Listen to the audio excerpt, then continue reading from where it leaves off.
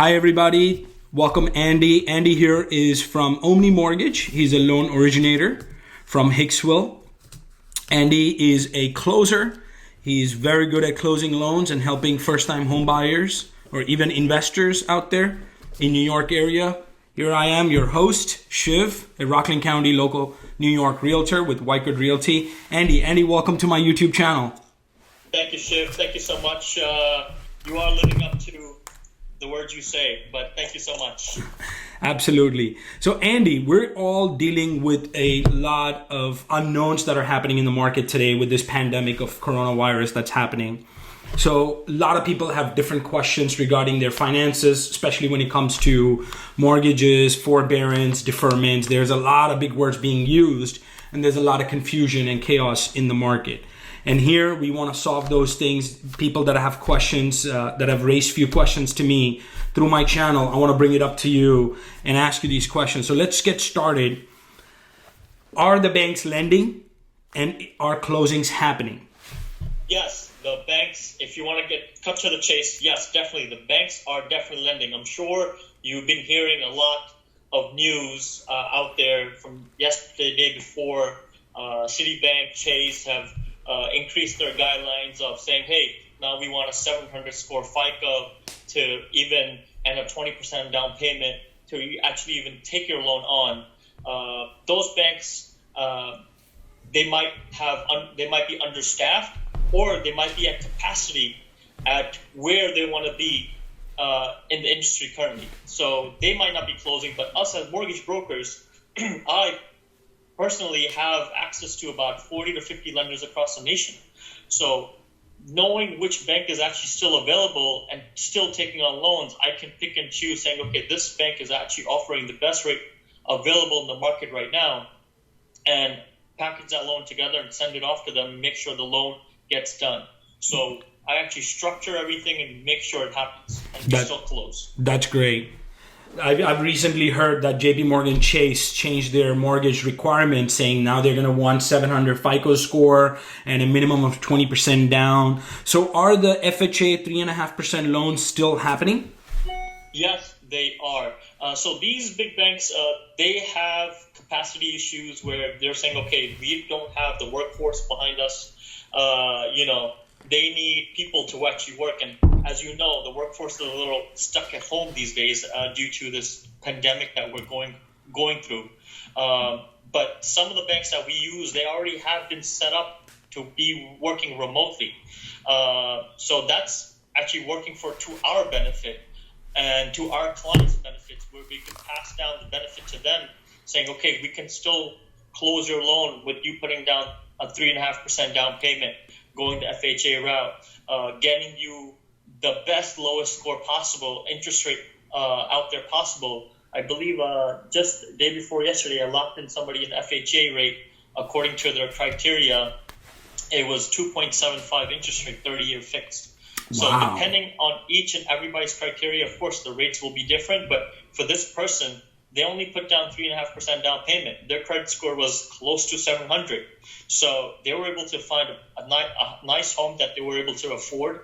And the house fitted directly into the FHA guidelines, and we were able to make it happen. Wow, that's fantastic. I think a lot of viewers who are going to listen to this are going to be so happy and excited that the FHA 3.5% down payment loans are still happening, and there's lenders out there that are still encouraging people to go out and buy properties. Correct. Surprising factor, today I got into a contract for one of the properties I was representing the buyer. So it just happened this afternoon. Oh, wow. The Congratulations. 15th of April, 2020. You're hearing it for the first time. You're the first person I shared it thus far with. Hey. You guys travels fast. Yes, thank you. So with all these changes that are happening with the forbearance for the people that already own the properties, how are these affecting the people that don't have a job or have been furloughed? They cannot make their mortgage payments. What's happening with the forbearance or deferment? Can you explain a little bit about that? So the deferment and the forbearance, they're two different options depending on what you're going through.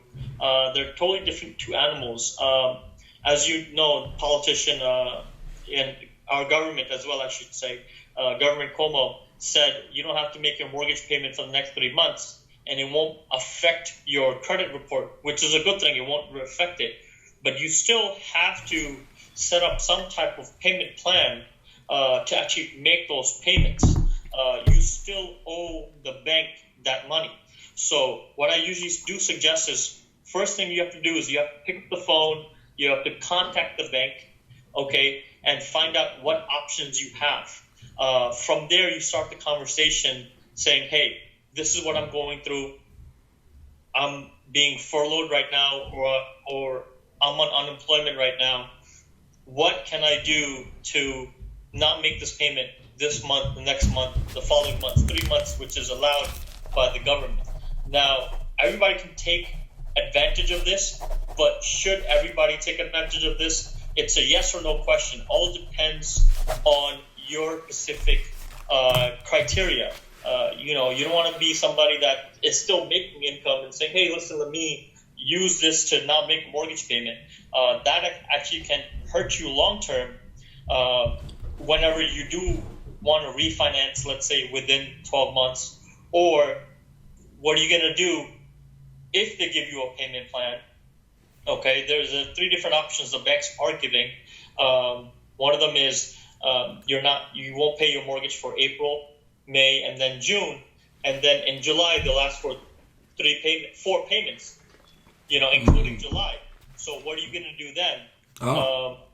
The second option the bank are giving is, okay, these three payments, we'll defer them, we'll divide them by 12, and you'll pay them in the next 12 periods, including your mortgage payment. So will that be more difficult for you to do? So now you have to see, can you even afford your mortgage payment plus that extra chunk of money that you didn't pay this 3 months? And the best option, if they do give it to you, which you might have to, fight for a little, is, hey, take these 3 payments and stick it onto the end of my loan, and I'll pay you, or defer it down, saying I'll pay you when I pay you, meaning you had a 30-year loan before when you got your loan, or 15-year loan before.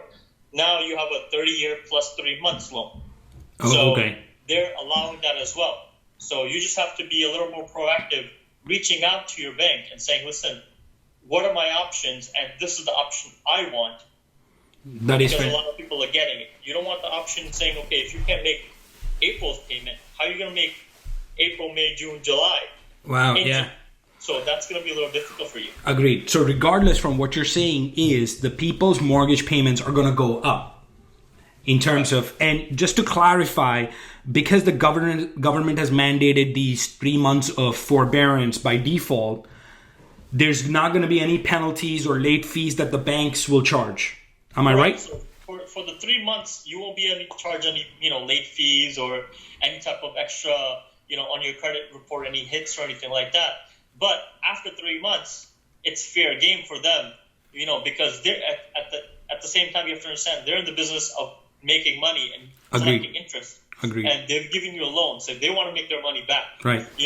Not that I'm representing the bank at this point. I'm just saying you should be on the proactive, saying, okay, this is my house. How do I safeguard my house? At the same time, yes, I'm a little bit of a situation where I can't afford my mortgage payment because due to the roller coaster craziness that's happening right now. Yeah. This pandemic, and I'm not unable to go to work, or I'm not allowed to go to work, or even if I go to work, I'm not making the money because people are not coming to get business from me. Right. So what do I do? Of course, you should definitely apply for some type of forbearance deferment plan, but definitely read through. Just don't accept the first option that the bank gives you. Because right now they're in a crunch of accepting thousands and hundreds of thousands of calls from across the nation. Everybody wants to take advantage of this program, of course. But at the same time, don't accept the first option they give you. Call them up, say, what are other options that you can provide? What are better than the first option you give me? Yeah. The first option they give you is, hey, we'll defer this. We're a good bank. We'll put this on the end of your loan. Hey, you're fine and dandy. You're good to go. You can sleep easy at night for 3 months. And then, it's like kicking the can down the road type situation. But hopefully everything will be back to normal. America is strong. New Yorkers are strong. We'll be back in business. But if they don't give you that best number 3 option, your option number 1 and number 2 are still there, but now you have to work a little harder to make those mortgage payments. Absolutely. Now, is it the best way to do it? Hey, are you collecting unemployment? So all depends on how do you budget yourself on a monthly basis, on 3 months basis, on 6 months basis, on a yearly basis. Agreed. Those are some really good gems that you just put out. I want to add a few things to it. Firstly, the people that need to get into forbearance or deferment or whatever they need to discuss on their mortgage, they need to start the process from their end. They need to contact the bank. This is not something that's going to happen automatically. They need to get in touch with the bank, their servicer, their mortgage lender, and make sure that they get everything in writing and not just a phone call. He said, she said, it shouldn't happen. Whatever you discuss with the bank and whatever you have figured out as a game plan to pay back the 3 months forbearance, you need to get it in writing, because the banks are not allowed to report to affect your FICO score if you haven't made the payment. But in certain cases where there's a technical difficulty or the mistake happened from the bank's end, you have this email to protect you throughout this process. Number 1. Number 2, when you call these banks, be patient. There's a long wait time. There's a long wait time to even get a response from them. If you have an email, if you have sent them a secured email, which some of the banks like JP Morgan Chase has this secured email platform that you have to use to communicate with them. And even that response is now over a week, 10 days, depending on when they can get to it. Because again, like you've said, there's workers that are reduced in the workforce. The banks are catching up with hundreds of thousands of requests that are coming their way, because these are main banks. The majority of the population definitely goes straight to them. They're the known figures. And also not to jump into the balloon payment situation that you've discussed, saying 3 months later, month 4, I'm going to catch up with the 3 months of payment plus the month 4. That's like a balloon payment that you shared with us, and people shouldn't fall into that trap as well. And if they could, the best case scenario is if they on a 30-year mortgage, if they could do 361, 362, 363 as the 3 months after the 360 months have ended, would be the best case scenario, where they can kick that all the way to the end of the loan. But realistically, how many banks are really letting them do at the end of the term?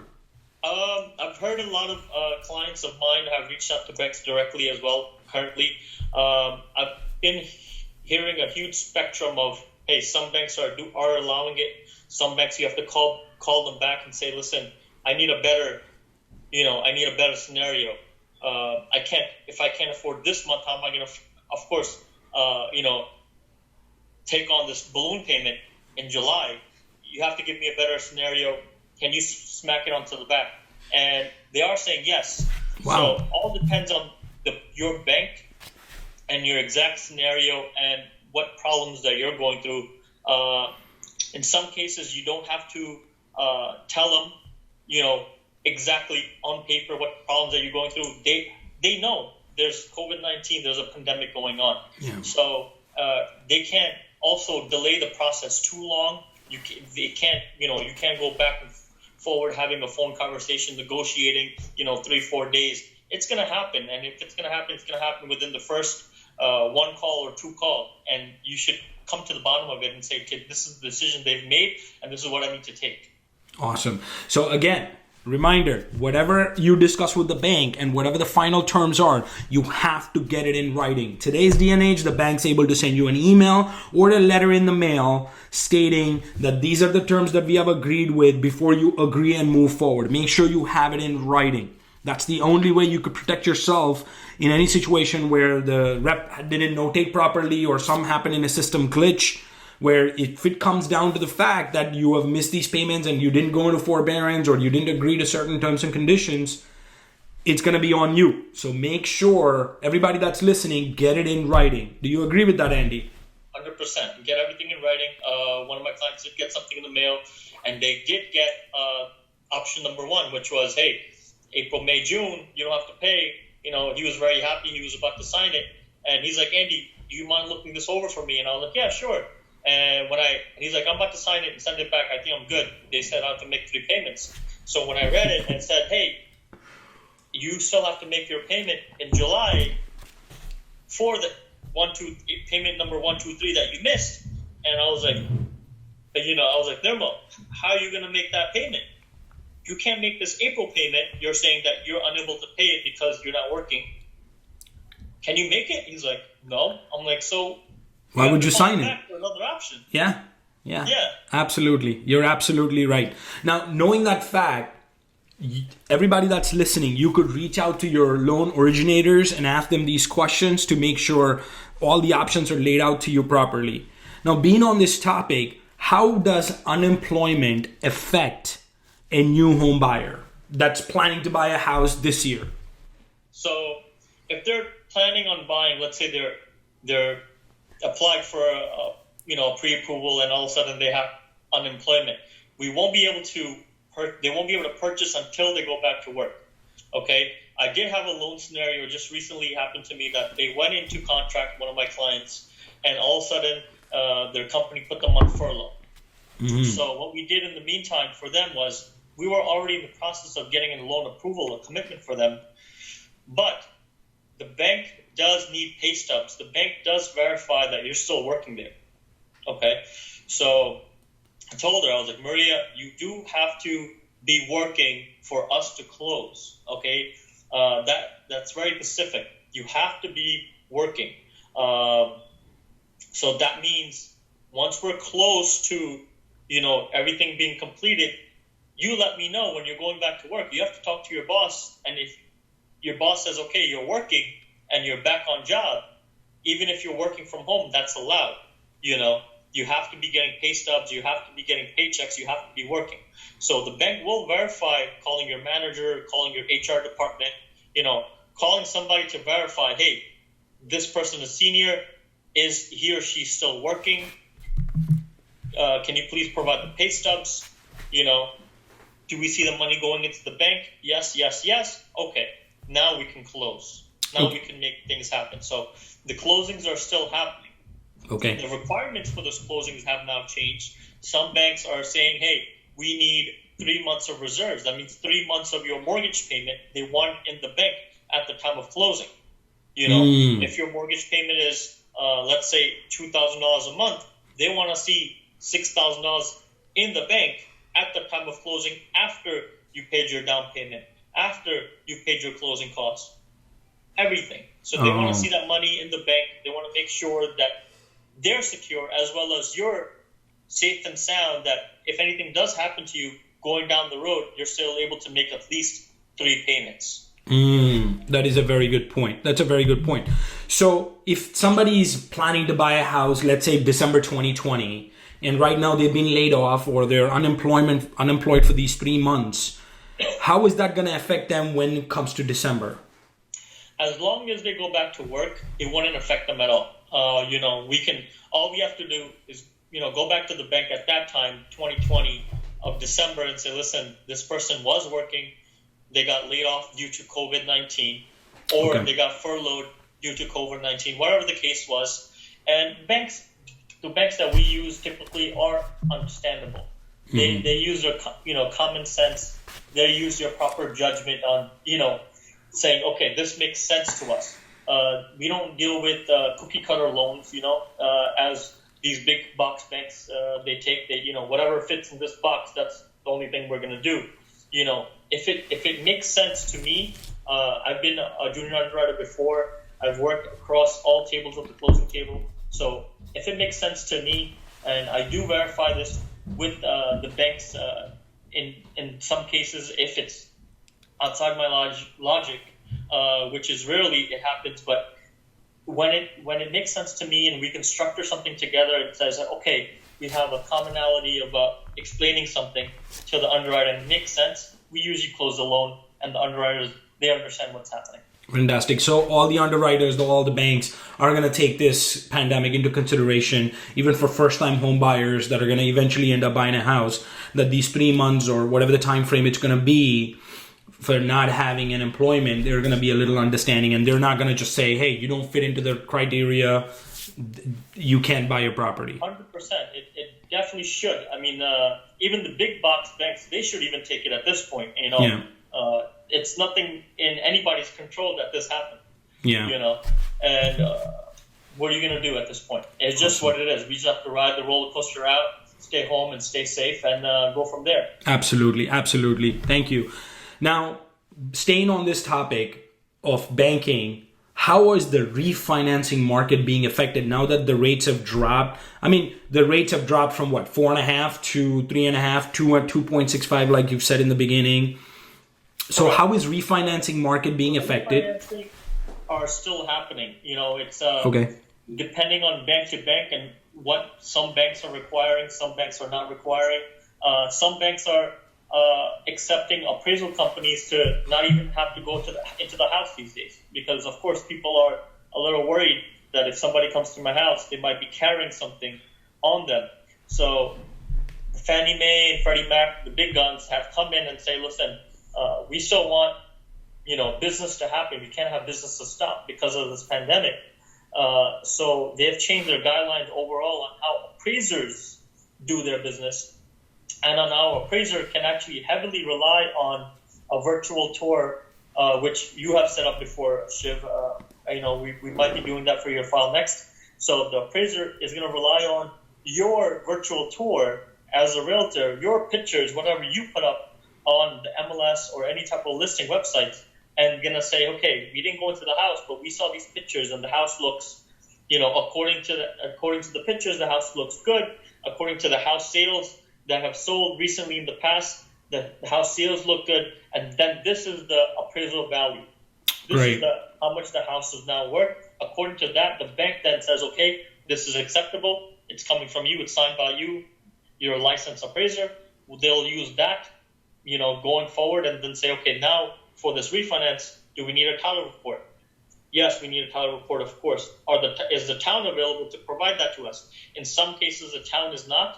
So then they'll go dig back a little deeper and do some more research on that and say, okay, how long has this person owned this house? Have they done anything in the past to change any title work paperwork? So nothing has changed. So they're actually using less title information and background searches on that as well, because everybody's delayed on the county websites, New York City website, Nassau, Suffolk, all those Westchester areas. Not everybody's working, so they're taking all that into consideration, and we're still closing.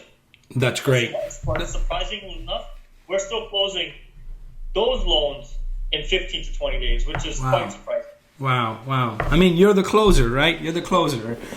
So if somebody is looking to refinance their property, and if they take advantage of this forbearance, or they're unemployed or furloughed, how does it affect their refinancing? Currently, the banks are saying that it makes a direct effect on their refinanceabilities, which means if you are planning on furloughing your mortgage, you're on furlough and you're planning on deferring or getting a forbearance, you won't be able to refinance at all. For refinancing, you have to be paying your mortgage payments, regardless of what the credit report is saying. Okay, because the banks have the right to ask for a mortgage history. They can say, hey, we understand the credit report is telling us that you can mortgage it on time or not, but I need to know, have you been making your mortgage payment? So send me a mortgage history. So they're allowed to call the old bank and say, can you please fax me over, email me over a mortgage history and see where we stand with this? And once they see that you got into a forbearance plan in the past 12 months, what's going to happen? We won't be able to move forward and get you a lower interest rate. So let's say if somebody that has, probably we can't answer this today, is that somebody that taken advantage of this forbearance period goes into December 2020 to apply for a refinance, would that affect them? Yes. So as of right now, there's no new regulations that have come out. So we're still using the same old regulations that were placed from years and years. 12 months is the magic number. You have to be making your mortgage payment for at least 12 months. And you have to be current. In some cases, they do allow 11 months, which is you missed one mortgage payment in between. But there has to be a really, really good reason that you did.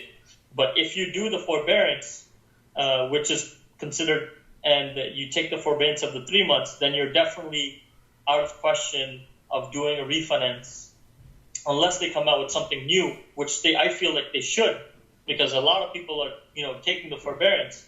But if they don't come out with something new, the old law stays intact, the old regulation stays intact, which is you have to make a mortgage payment, and if you miss it 3 times, you have to wait 12 months. Wow, I'm glad that we brought this up. So anybody that's planning to refinance their property in the next coming months, make sure they have to be current with their mortgage. They can't take advantage of the forbearance, or they can't miss their mortgage payments during the past 12-month period from the date they move forward with a refinancing.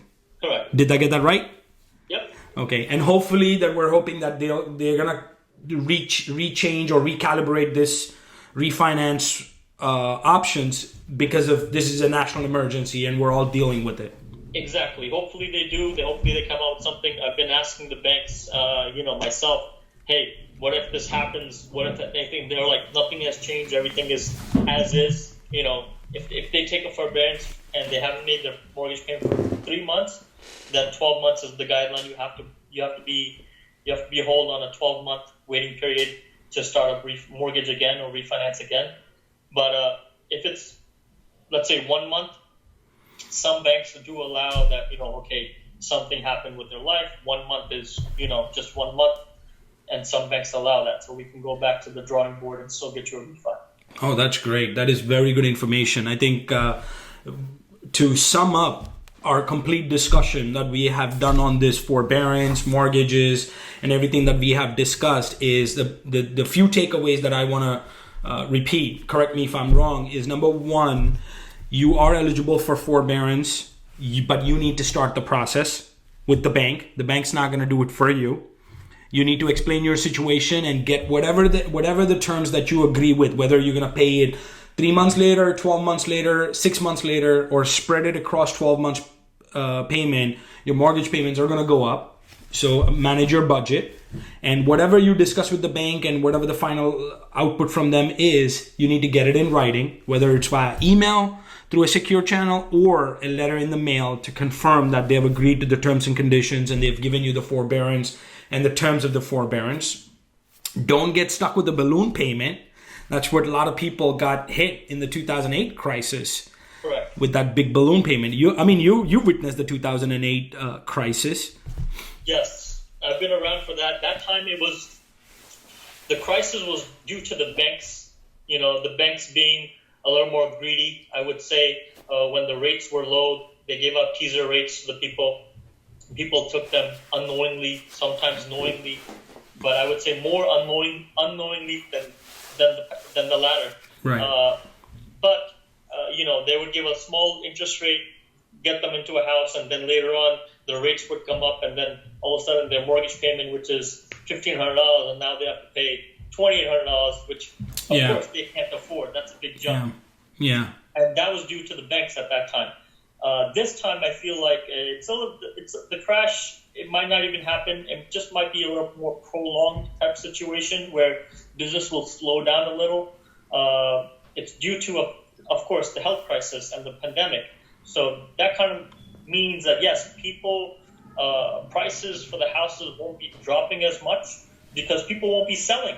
I mean, they don't know where to go. Where are they going to go? They can't just sell their house and move to a different state because that state might be having problems. Yeah. Now, few of the things that I've noticed, the difference between the 2008 and what's happening now is, firstly, the equity that current homeowners have on their property is much better than what it was in 2008, where there was pretty much negative equity when they're walking in. And another important aspect is the interest rates being so low. Correct. And that's one of the two differences that I see between what happened in 2008 to what's happening now. So a lot of people are like, oh, I'm going to get properties at a discounted rate. I don't really see that happening. I see that the market is very smart now.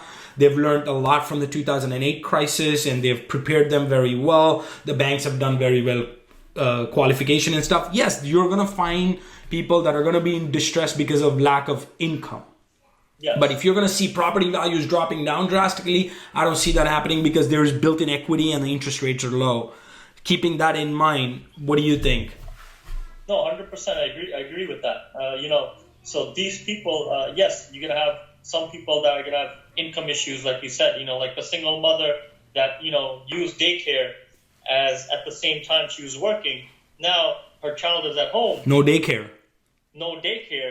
and she's gonna be working from home. That's gonna be a little tough for her to make Yeah. that income, to make that works payment. Absolutely. So she might definitely need that furlough or forbearance, and the unemployment at the same time to make everything, float for the next 3 months.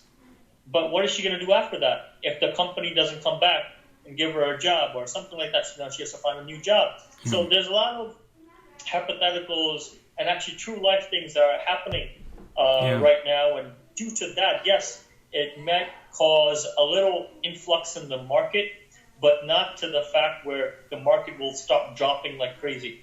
Yeah. I feel like the market would slow down. There won't be as many purchases and refinance going forward, meaning less people will be selling because they don't want to sell because they're not getting the amount of money that they wish The return. getting.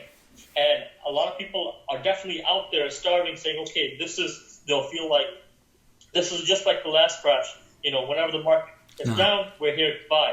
So you'll see a lot of people that are sitting there with their fork and knife saying, we're hungry, we're ready for this, but it's going to come, but it's going to come at a very slow pace. Yes.